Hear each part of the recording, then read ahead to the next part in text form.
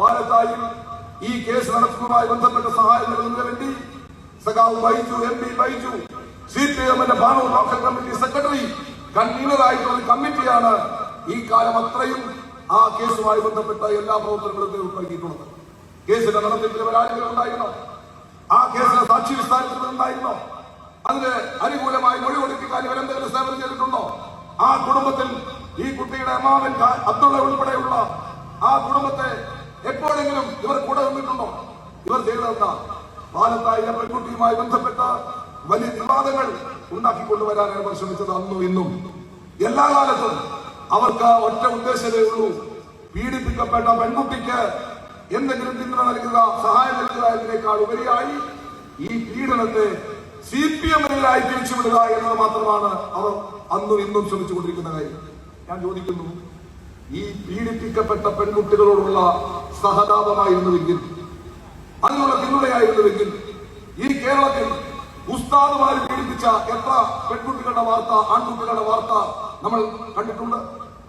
ഏത് ഉസ്താദ് പീഡിപ്പിച്ച കേസാണ് ഇവിടെ ഇത്രയും വിവാദമായിട്ടുള്ളത്? ആ കേസിൽ എന്ത് സംഭവിച്ചുവെന്ന് ഈ നാടാളുകൾ മനസ്സിലാക്കിയിട്ടുണ്ടോ? ചർച്ച ചെയ്തിട്ടുണ്ടോ?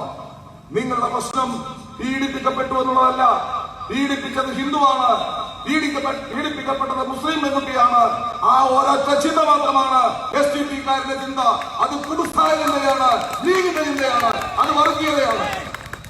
അല്ലാതെ ഈ കേരളത്തിൽ എത്ര ഉസ്താദുമാര് എത്ര കുട്ടികളെ പീഡിപ്പിച്ചു?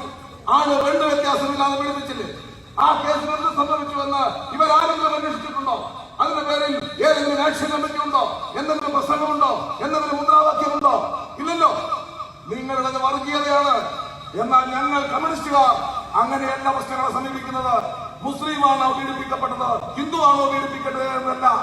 പീഡിപ്പിക്കപ്പെട്ട കുട്ടികളോടൊപ്പം എല്ലാ കാലത്തും ഉറച്ച നിലപാട് സ്വീകരിച്ച പ്രസ്ഥാനമാണ് കമ്മ്യൂണിസ്റ്റ് പ്രസ്ഥാനം. അത് പാലത്തായിലെ പെൺകുട്ടികളോടൊപ്പം ഞങ്ങൾ നിന്നിട്ടുണ്ട്. അന്നുമുണ്ട്, ഇന്നുമുണ്ട്, ഇനിയും ഉണ്ടാകും.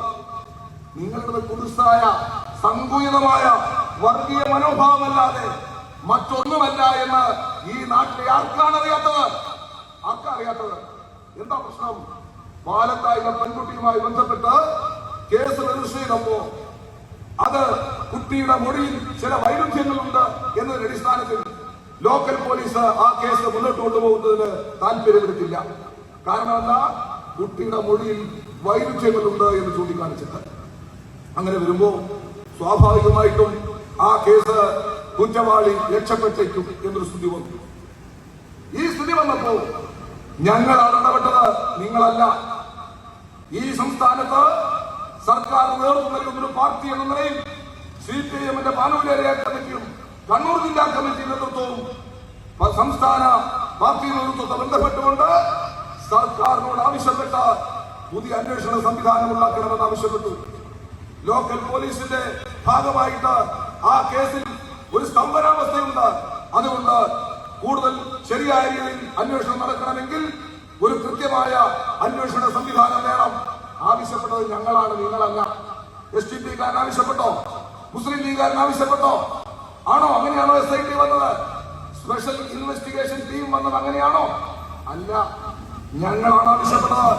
ഞങ്ങൾ ആവശ്യപ്പെടുക മാത്രമല്ല, സർക്കാരിൽ സ്വാധീനം ചെലുത്തി, നിർബന്ധം ചെലുത്തി അത്തരത്തിലൊരു ടീം ഉണ്ടാക്കിയിട്ട് ആ ടീമിന്റെ അടിസ്ഥാനത്തിലാണ് പിന്നീട് അന്വേഷണം മുന്നോട്ട് പോയത്. എന്താ പത്മരാജന്റെ വക്കീല്, BJP നേതാവിന്റെ വക്കീല് കോടതിയിൽ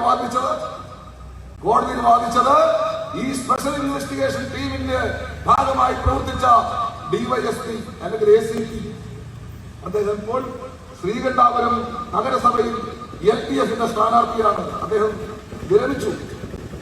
രത്നകുമാർ എന്ന് പറയുന്ന അന്നത്തെ പാലത്തായി പീഡന കേസിൽ അന്വേഷണ ഉദ്യോഗസ്ഥനായിട്ടുള്ള രത്നകുമാർ ഇന്ന് ശ്രീകണ്ഠാപുരം നഗരസഭയിലെ ഇടതുപക്ഷ ജനാധിപത്യങ്ങളുടെ സ്ഥാനാർത്ഥിയായിട്ട് മത്സരിക്കുന്നു. BJP-യുടെ വക്കീല് കോടതിയിൽ പറഞ്ഞു, ഇയാൾ കമ്മ്യൂണിസ്റ്റ് നേതാവാണ്, ഈ അന്വേഷണ ഉദ്യോഗസ്ഥൻ CPM-ന്റെ നേതാവാണ്. ഈ CPM-ന്റെ നേതാവായിട്ടുള്ള ഈ അന്വേഷണ ഉദ്യോഗസ്ഥൻ BJP-യോടുള്ള വിരോധം വെച്ച് പത്മരാജനെ കേസിൽ കുടുക്കി. അതുകൊണ്ട് കോടതി ഇത് രാഷ്ട്രീയ പ്രേരിതമായിട്ടാണ് ഈ പത്മരാജനെ കേസിൽപ്പെടുത്തിയത്. അതുകൊണ്ട് ഈ കേസ് വിട്ടുകളയണം.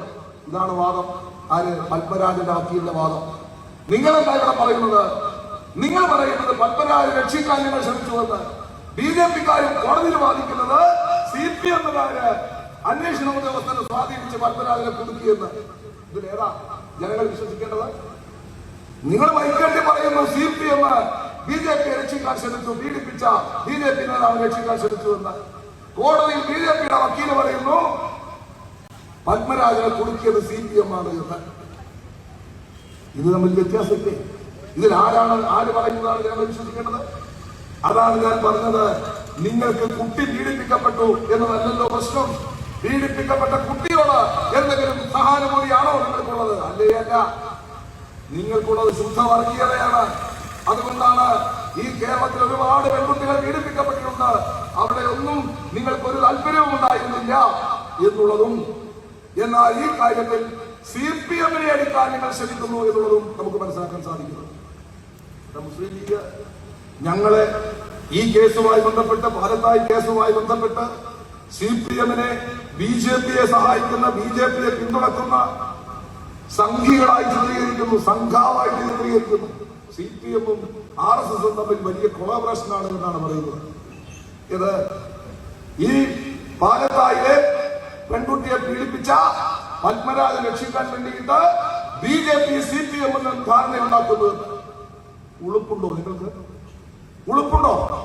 ഈ പാനൂർ മേഖലയിൽ BJP-യെ വളർത്തിയത് മുസ്ലിം ലീഗല്ലേ? നിങ്ങൾ നിഷേധിക്കാൻ പറ്റില്ല. മുസ്ലിം ലീഗല്ലേ വളർത്തിയത്?